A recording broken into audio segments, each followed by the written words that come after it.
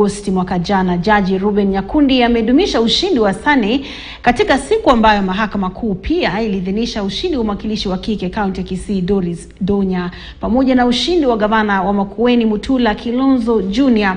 Hata hivyo, kama mwanahabari wetu wa masuala ya kisiasa David Mudhoka anavyotuarifu, mambo yalimwendea ndivyo sivyo Samir Balo baada ya mahakama ya Mombasa kutupilia mbali ushindi wake kama mwakilishi wa wadi wa Chuda.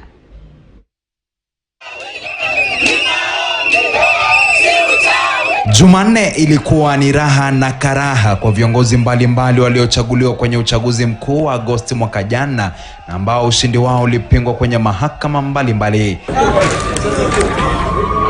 Kwa mbunge wa Wajir North Ibrahim Sane ilikuwa ni tabasamu baada ya mahakama kuu kutupilia mbali kesi iliyowasilishwa na mpinzani wake Ibrahim Ahmed akipinga ushindi wa Sane. Katika uamuzi wake, Jaji Ruben Nyakundi alisema kuwa Ahmed alishindwa kuishawishi mahakama kukubaliana naye kwamba Sane hakushinda ubunge wa Wajir North kwa njia sawa sawa.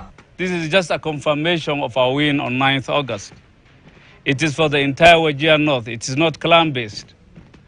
I was elected by all the people of Wajir North, across the matrix, across the clan configuration. So no doubt, this is a win for Wajir North in entirety. Wakati huo, mahakama kuu aidha ilimpa habari njema gavana wa Makueni Mutula Kilonzo Jr.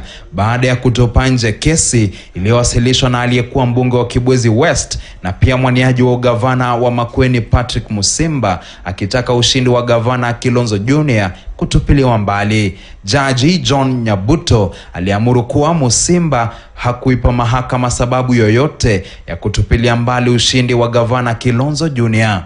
The petition hearing is hereby dismissed.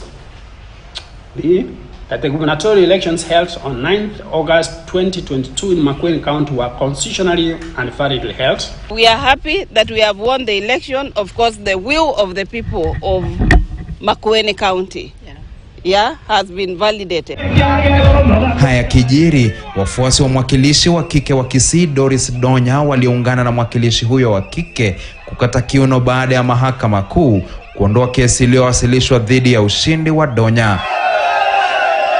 Kwenye uamuzi wake, Jaji Stella Mutuku aliamuru kuwa hakukuwa na ushahidi wowote wa wizi wa kura au makosa mengine ya uchaguzi wa kushawishi mahakama kumrejesha Donya na wapinzani wake debeni.